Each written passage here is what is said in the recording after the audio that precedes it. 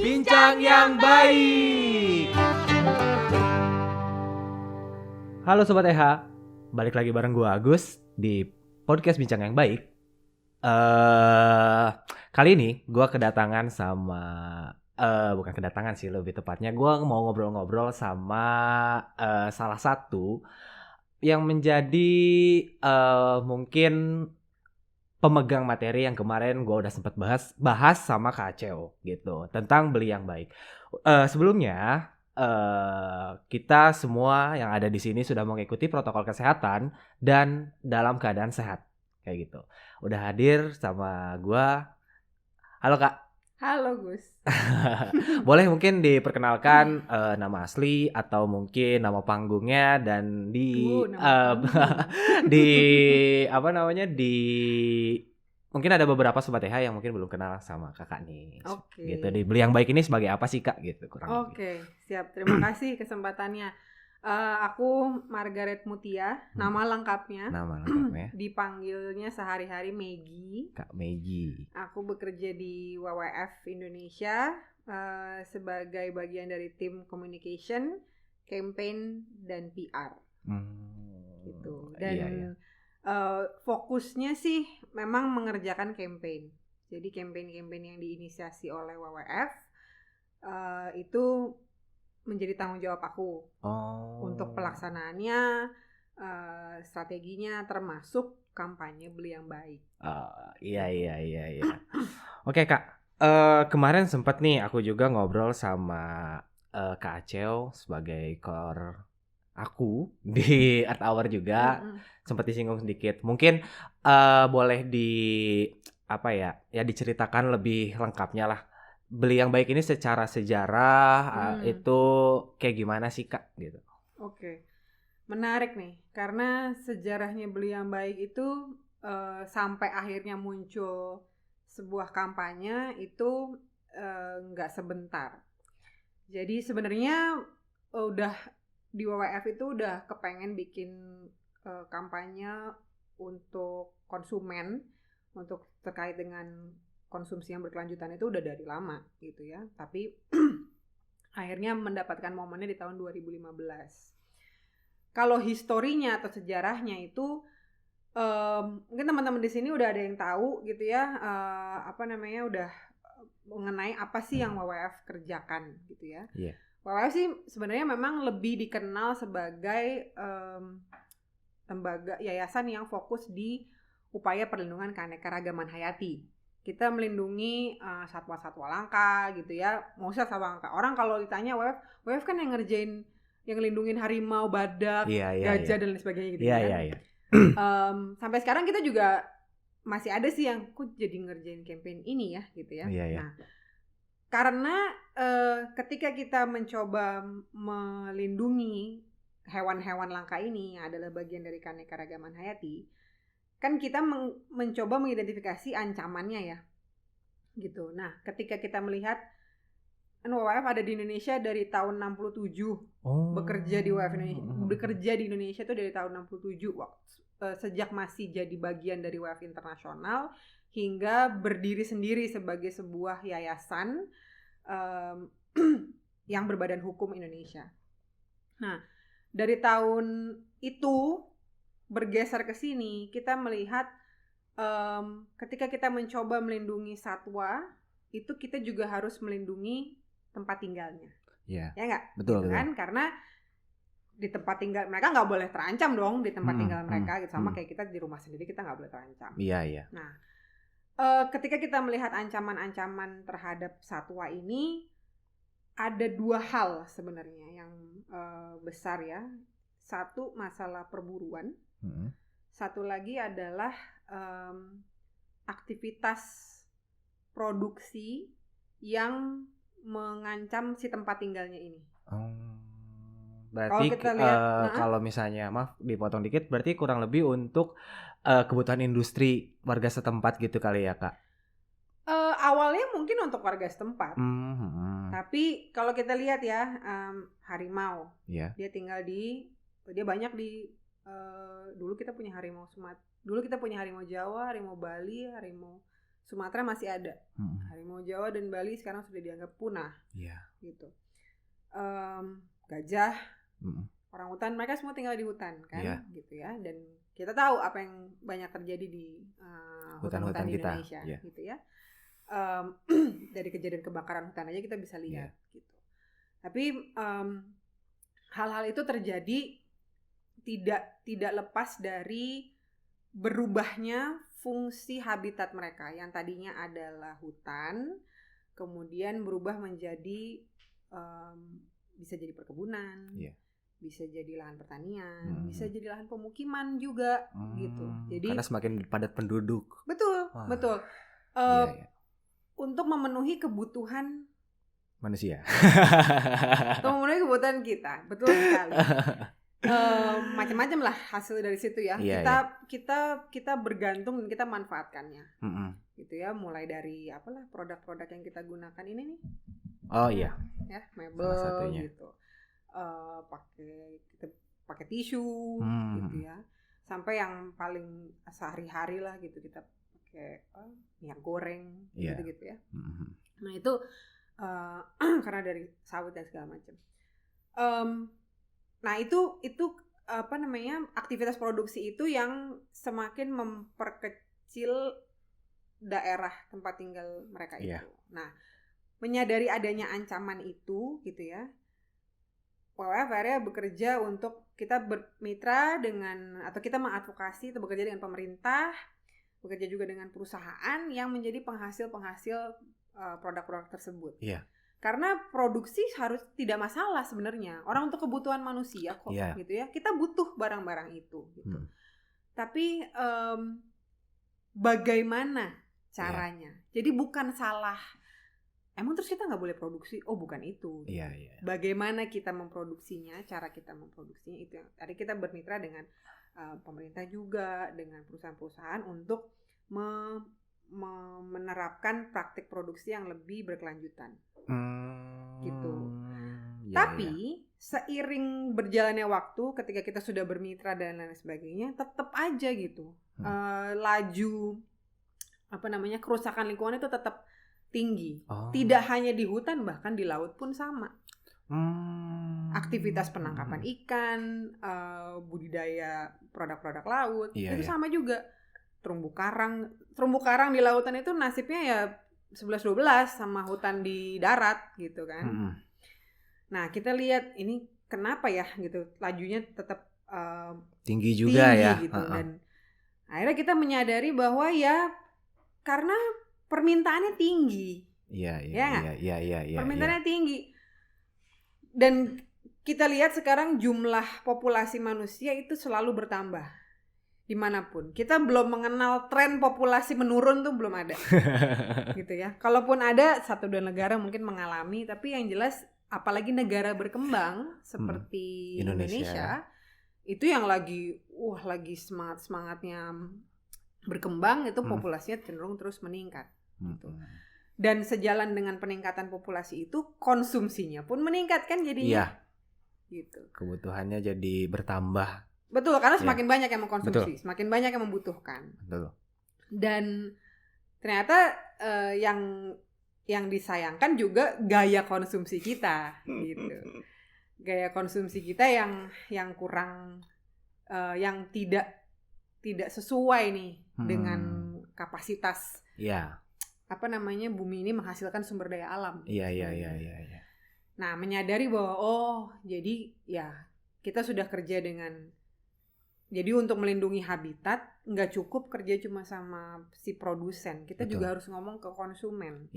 Karena istilahnya akhirnya ke situ gitu. Konsumen yang jumlahnya terus bertambah dan menerapkan gaya-gaya konsumsi tertentu yang memunculkan permintaan ke produsen. Produsen itu cuma memproduksi apa yang diminta kok sebenarnya. Demand-nya tinggi, dia hasilkan. Supply and demand aja. Gitu ya. Kalau demand-nya ada, maka barang disuplai. Jadi aktivitas konsumsi itulah yang kita sadari kita harus address. Dan makanya kita harus bikin kampanye konsumen. pada tahun 2015 kita melihat ada momen yang pas ketika sudah mulai produk hijau atau produk ramah lingkungan itu sudah mulai dikenal dan ada produk-produk yang juga menggunakan eco-label. Eco-label yang kebetulan didukung oleh WWF. Masuk di Indonesia. Dan itu menjadi kesempatan kita untuk kita bikin kampanye konsumen. Udah saatnya, sudah urgent dan kita punya contoh setidaknya. Karena kita harus ketika kita kampanye konsumen, sebaiknya gaya konsumsi kita seperti ini, sebaiknya produk yang kita beli seperti ini. Gitu. Adanya produk itu penting untuk mencontohkan. Karena jangan sampai kita ngomong beli yang baik gitu kan. Tapi terus beli yang baik itu yang kayak apa sih gitu kan. Nah, berarti mungkin cukup menarik juga campaign yang tadi aku tangkap itu yang WWF istilahnya ya yang sekarang lagi dijalanin. Tidak hanya WWF menyasar produsennya agar mungkin lebih bijak kali ya kayak dalam memproduksi dagangannya gitu, produksinya agar tidak terlalu merusak alam dan juga masuk ke lapisan masyarakat yang biar tidak terlalu konsumtif kali ya kayak. Kira-kira seperti itu. Oke. Berarti dan untuk kemarin kan aku sempat ngobrol juga tuh kalau misalnya sempat tahu juga ada 6 poin di BEB ini ya kayak. Berarti untuk WWF sendiri concern-nya itu ke sebenarnya di Beli Yang Baik. Nah, kampanye Beli Yang Baik ini kita mulai tahun 2015. Dia berevolusi nih. Ke sini-sini kita semakin mengerucutkan pesannya. Karena waktu kita mulai kita memperkenalkan, kita fokus pada memperkenalkan eco-label. Kita memperkenalkan eco-label. Tapi sambil dari 2015 tuh. Tapi seiring berjalannya waktu, eco-label ternyata pemahaman mengenai eco-label itu oleh konsumen secara umum ternyata tidak segampang itu ya. Pemahaman eco-label. Jadi kita melakukan pengerucutan lah istilahnya gitu, pengerucutan pesan-pesan dan kita keluar dengan 6 poin. Apa namanya kita bilangnya ya, sub pesan mungkin kali ya, jadi kalau kita tanya apa sih artinya beli yang baik? Beli yang baik itu bisa diterjemahkan ke 6 hal ini. Beli yang perlu, beli yang lokal, beli yang alami, beli yang awet, beli yang eco-label, sama mau dibawa kemana. Mau dibawa kemana nih bicara soal sampah. Nah yang lain-lain itu soal aktivitas membeli produknya. Oh iya. Kayak gitu kira-kira. Berarti 2015 itu kampanye Beli Yang Baik sudah mulai masuk ke Indonesia dengan hanya baru 1 poin aja yaitu beli yang eco-label. Hingga akhirnya berkembang jadi 6 gitu kurang lebih ya kayak. Sebenarnya bukan masuk ke Indonesia ya, tapi kita yang bikin. Jadi kampanye Beli Yang Baik itu memang dari WWF. Inisiasinya WWF Indonesia. Jadi kalau ke negara lain ya mungkin nggak menemukan itu. Pernah sih ada dari jaringan WWF juga yang masih di Asia juga. Mereka berminat untuk mengadopsi Beli Yang Baik itu. Tapi namanya aja Beli Yang Baik kan. Bahasa Indonesia gitu. Kita nggak bikin versi bahasa Inggrisnya gitu. Jadi kampanye Beli Yang Baik ini memang diinisiasi oleh WWF Indonesia sejak tahun 2015 dan awalnya kita fokus ke eco-label, tapi terus akhirnya kita sadari kita perlu meluaskan gitu pemahamannya bahwa Beli Yang Baik tuh ini. Karena kalau langsung meminta orang harus beli eco-label gitu, sementara produk eco-label sendiri masih terbatas di pasaran. Dan sebelum kita bicara eco-label ada masalah gaya konsumsi yang harus diadres dulu nih gitu ya. Orang suka beli yang kadang-kadang ujuk-ujuk beli gitu, padahal mungkin butuh juga nggak terlalu gitu kan, kayak lebih yang penting gengsi, yang penting bisa keren. Bisa jadi kayak pokoknya yang penting gaya men gitu misalnya gitu kan. Iya.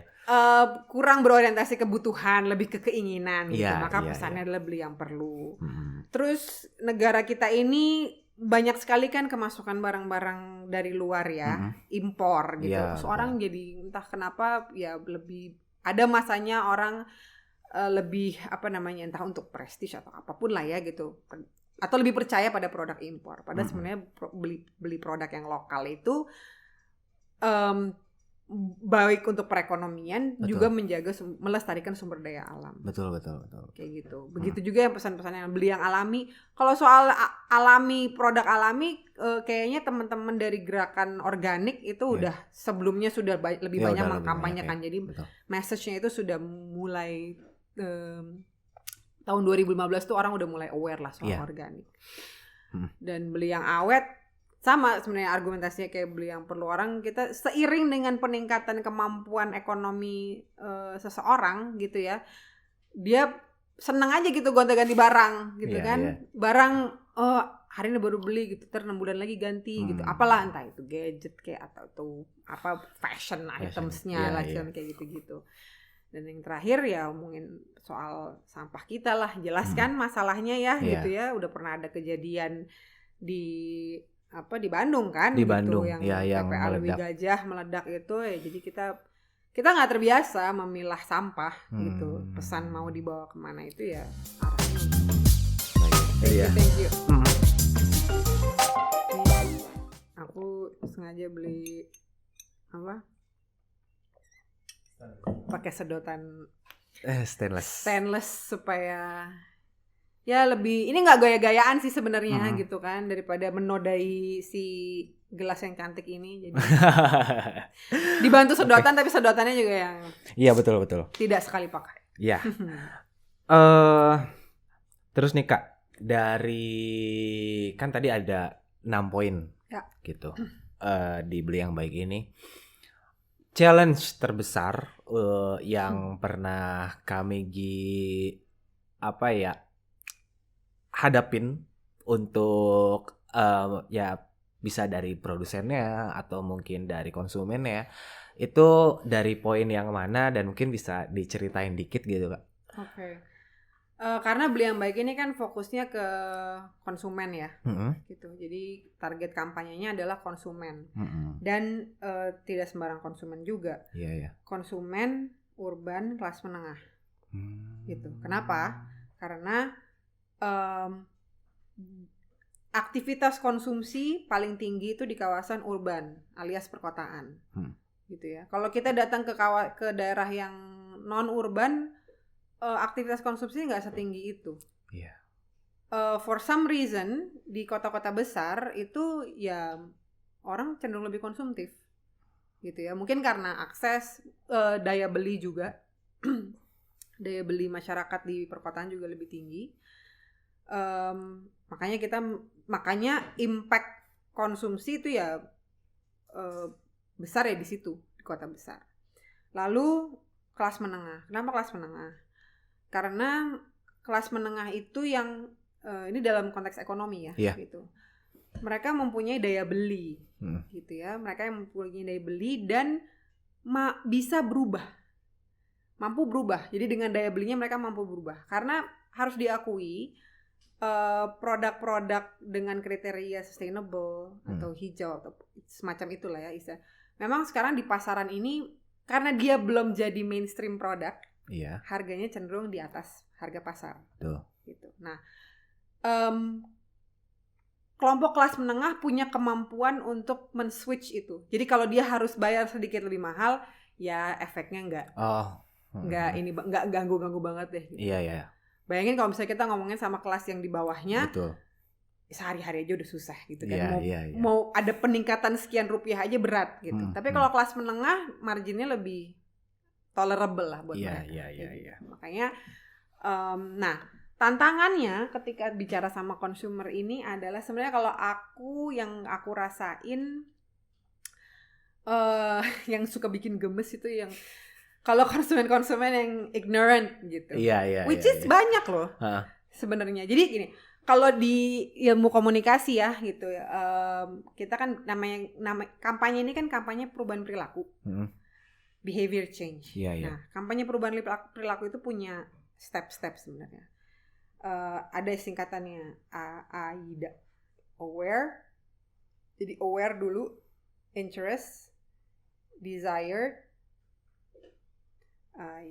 dan action.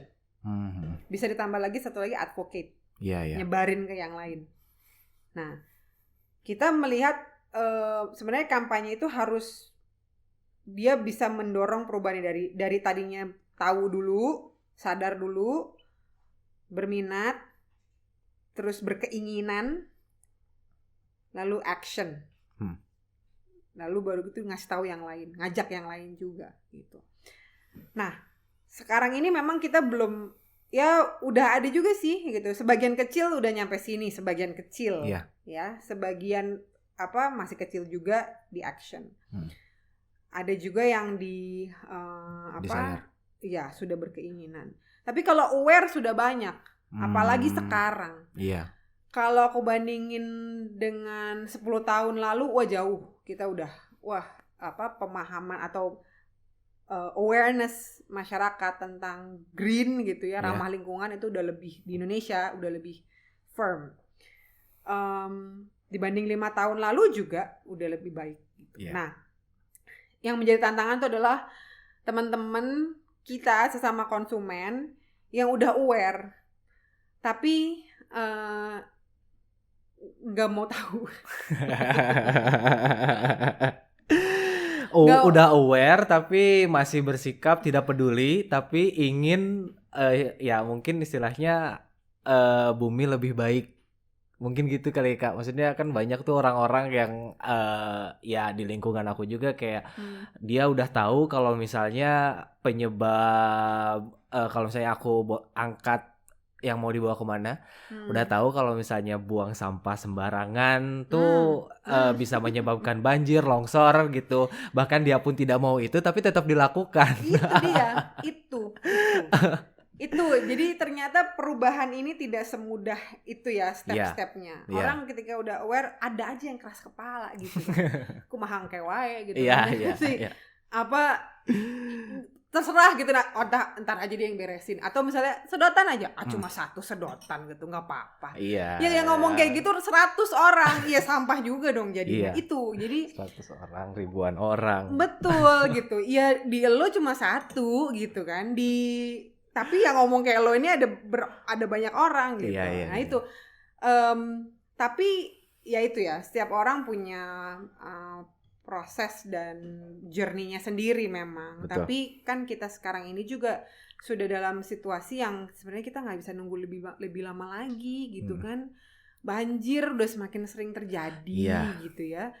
Terus cuaca, kita ini sekarang ada di dalam situasi pandemi loh. Betul. Gitu. Dan pandemi ini juga terjadi akibat perubahan lingkungan gitu. Dan tidak bisa dilepaskan dari aktivitas kita sebagai konsumen, karena sebenarnya perubahan lingkungan yang terjadi juga karena aktivitas manusia sendiri di dalamnya. Iya. Oke. Nah, kalau kan tadi ada tantangan untuk Kamegi dan teman-teman dari WWF mengkampanyekan beli yang baik.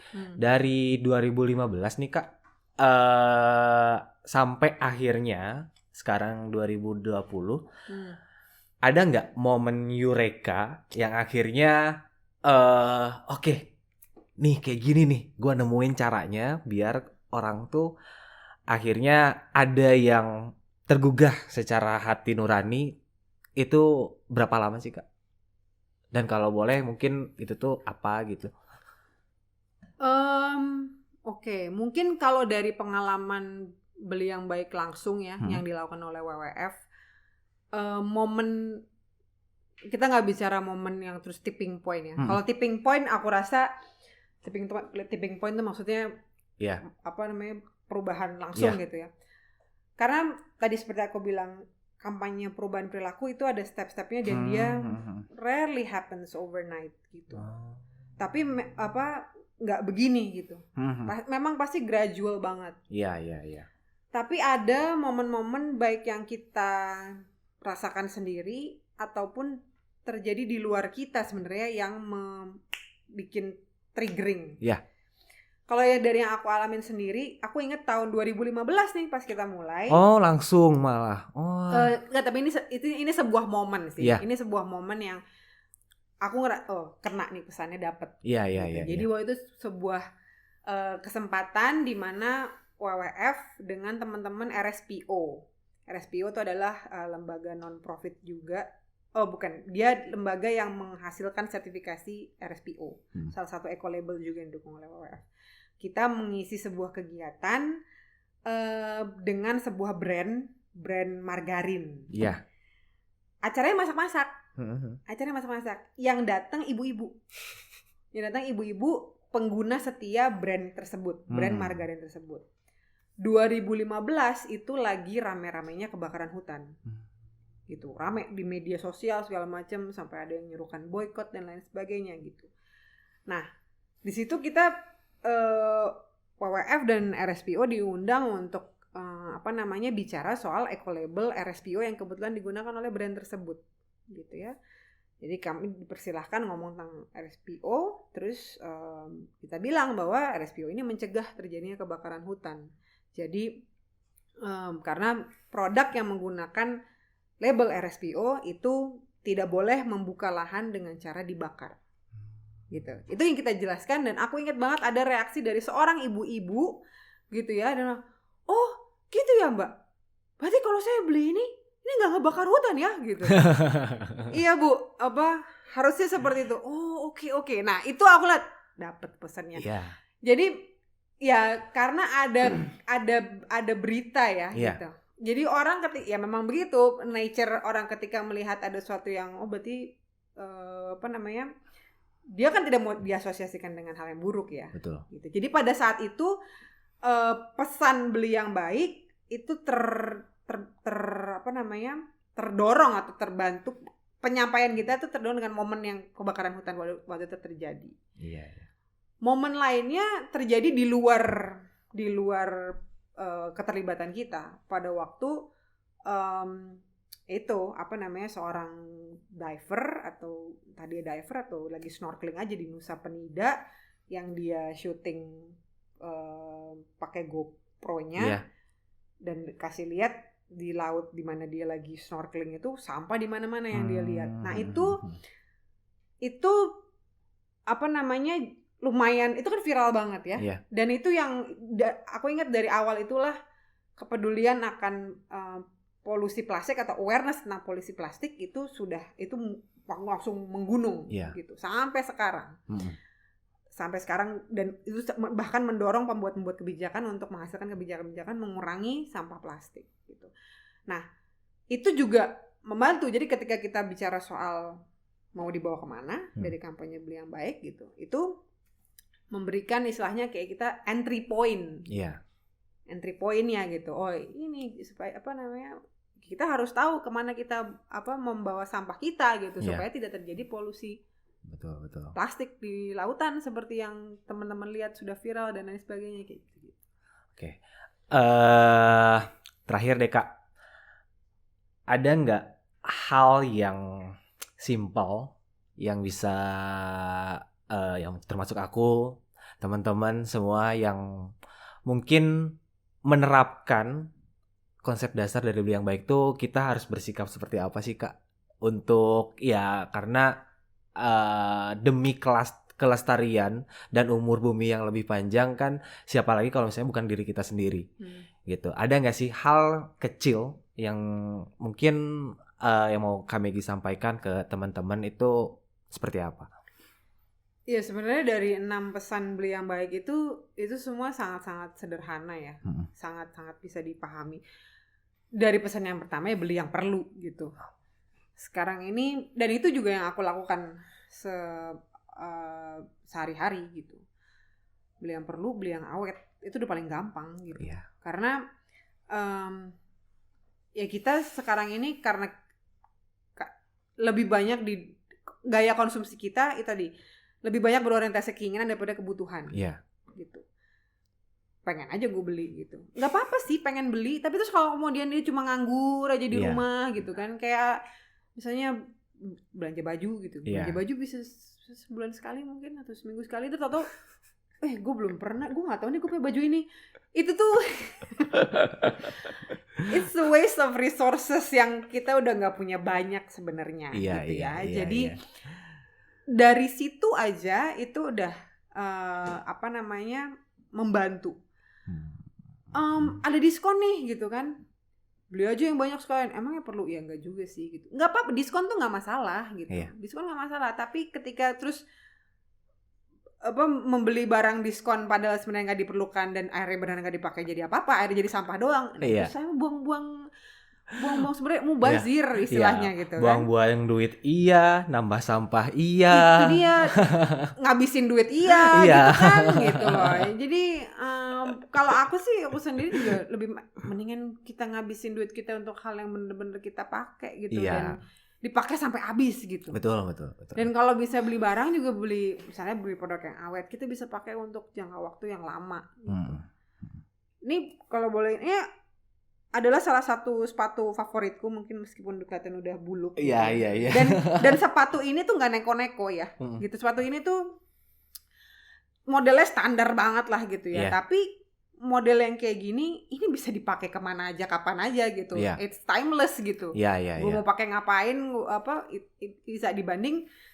Ya karena aku tahu gitu kan, kalau misalnya bukannya nggak pengen gitu beli yang lucu-lucu ya tapi mungkin itu dipakainya cuma sesekali aja gitu kan. Terus begitu ya udah tahu orangnya nggak terlalu telaten untuk rawat barang gitu kan gitu. Nah kalau memang seneng hobi ngoleksi gitu ya, kalau ngoleksi ya nggak apa-apa, yang penting dirawat juga barangnya, yang penting awet dan masih bisa kan, kalau masih bernilai juga ya lumayan juga ya, jadi investasi ya.